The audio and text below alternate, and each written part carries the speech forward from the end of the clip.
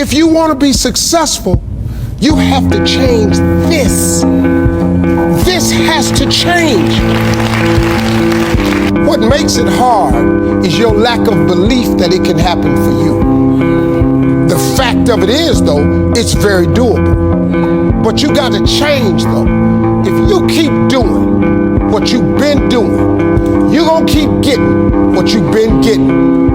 So if you're at a place in your life and you ain't happy with it, you have to change some things. But you have to make a conscientious decision that you're going to change.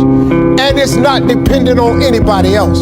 It don't matter what your mama think. It don't matter what your coworkers think. It don't matter what your siblings think. It don't matter what your children think. It don't matter. They have nothing to do with it. This decision is yours and yours alone. I mean, there's the famous quote, the person who loves walking walks further than the person who loves the destination, right? And so, I think it's the same thing. But so many people want to project their idea of what they think your life should be like onto you, and it's just completely irrelevant. It just doesn't matter. Like, if all I did, if I weren't married, right? Because people are like, okay, well, he is married, and I am in shape, but I also just like working out. But if I didn't have either of those things, and all I did was work all day, more people would talk about the work-life balance thing for me than they currently do. And who cares? I fundamentally am like, you are gonna die and you're not gonna matter, and I'm gonna die and I'm not gonna matter. So why do I care about what you're gonna say when you're not even gonna show up to my funeral? Who gives a shit? So the three most common traits of hyper successful people that they looked at, and it was interesting because there's the influencer world wants to be like, you have to wake up at 5 or you have to do cold plunges or whatever the fuck, right?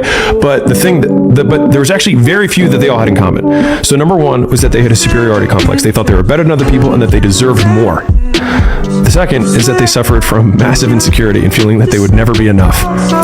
And third, they had impulse control.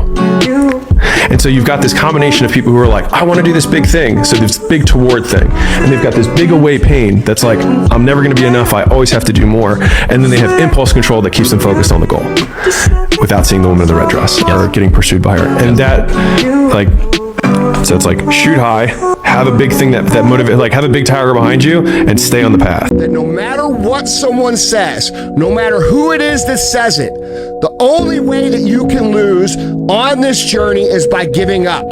There are no failures. There's only quitting. Every single failure, every single hardship, every single obstacle is going to serve you if you allow yourself to let it serve you. Okay? So fuck what these people think. Fuck what they say. Fuck their doubts and their criticism and their bullshit and their loser mentality. Put it all up here on your shoulder, and when you don't feel like it, and when you're frustrated, and when you want to quit, take the proper amount out, and the proper amount is the amount that gets you off your ass and gets you executing. Because if you're executing day in and day out, day in and day out, day in and day out, over the course of time, regardless of what anybody says, if you are executing day in and day out, no matter what, there is not a single fucking thing that can stop you. I think one of the difficulties, especially when you're younger, is you've got your friends, you got your family, and especially if they're all poor, then they have terrible views around money. They might not approve of all the stuff you're learning on the internet and trying to try these new things out. And the real is like, you're gonna fail a lot. And they're gonna say, see, told you so. And the tough part is they're gonna be right most of the time. Except it's one of those things where it's 99% right, but 100% wrong. Is that anybody who bets against you for this thing being the thing is usually gonna be right. It's just like a parent who says, you're gonna break up with this person, you're gonna break up with this person, you're gonna break up with this person. But they're right with every single person you ever date, except for the person you marry. And then they're 100% wrong. And if you have the perspective of listening to that, it can be incredibly disheartening. And so, number one is, I want you to go on a different information diet. So you need to be able to ignore all the stuff that they're giving you, because the best way to stay poor is to listen to poor people about how to get rich. You're already taking great steps by watching content, doing this stuff. Just keep doing more of that, because right now you have a wallet of money and you got a wallet of minutes. And every single person you're choosing to pay minutes to or pay dollars to has to earn their keep. And earning their keep in this season of your life is them helping you get to where you want to go.